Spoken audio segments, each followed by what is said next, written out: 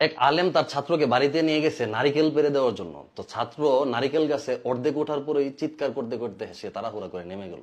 সবাই দৌড়ায় আসছে, কি হইলো ঘটনাটা, কোনো সাপটাপ বা কোনো ভয়ঙ্কর প্রাণী গাছে ছিল কিনা বা কোনো কিছু দেখছে কিনা জানার জন্য আগ্রহ করে কাছে এসে যাকে যখন জিজ্ঞেস করলো, সে বলতেছে আমি গাছে ওঠার পরে আমি উপর থেকে দেখতেছি উস্তাজের বাসায় মহিলাদের ভেজা কাপড় চোপড় শুকাইতে দেওয়া। চিন্তা করেন ছেলেটার কত গায়রত।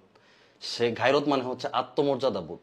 দেখেন এখন সমাজ থেকে গায়রতটা উঠে যাচ্ছে। আমি আরেকটা ঘটনা বলি, একজন মুশরিক সে একটা উট জবাই করতেছে, আরেকজন বন্ধু তার মুশরিকের বন্ধু জিজ্ঞেস করতেছে যে তুমি উটটাকে জবাই করতেছো কেন, এখন তো তোমার উট জবাই করে খাওয়ার কোনো প্রয়োজন নাই, তুমি এটাকে বিক্রি করে দিলেও পারতা। তো সে বলতেছে যে আমার বাসার মহিলারা এই উটের উপরে উঠে অনেক জায়গায় ভ্রমণ করছে, আমি চাই না আমি উটটাকে বিক্রি করে দেওয়ার পরে অন্য কেউ, অন্য কোনো পুরুষ এই উটের উপরে বসুক। যে উটের উপরে আমার মহিলারা উঠছে এই উটের উপরে অন্য কোনো পুরুষ উঠবে এটা আমি সহ্য করতে পারবো না। একজন নবীন আলেম কিছুদিন আগে বিয়ে করছে, সে তার বন্ধুদেরকে বাসায় দাওয়াত দিল খাওয়ার জন্য, বা বন্ধুরা বেড়াইতে আসছে, আসার পরে খুব ভালো আয়োজন হইলো, রান্না বান্না হইলো, সবাই খাওয়া দাওয়ার পরে বলতেছে খুব ভালো রান্না বান্না, কে করছে এই রান্না? তো আলেম বলতেছে কি আমি নিজেই রান্না করছি। সবাই জিজ্ঞেস করতেছে কি ব্যাপার, কিছুদিন আগে তুমি বিয়ে করলা, তোমার বউ রান্না করে না, তুমি নিজে রান্না করলা যে?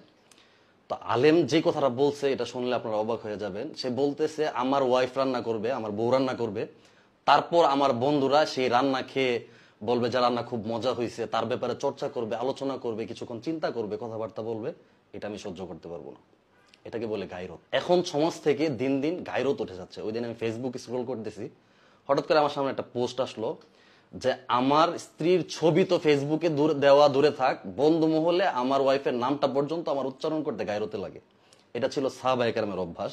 সাহাবায়ে কেরাম তাদের বন্ধু মহলে তাদের স্ত্রীর নামটা পর্যন্ত উচ্চারণ করতো না। অথচ বর্তমানে আমরা আসলে এই সমস্ত ঘটনাগুলোর বেশি বেশি চর্চা হওয়া দরকার।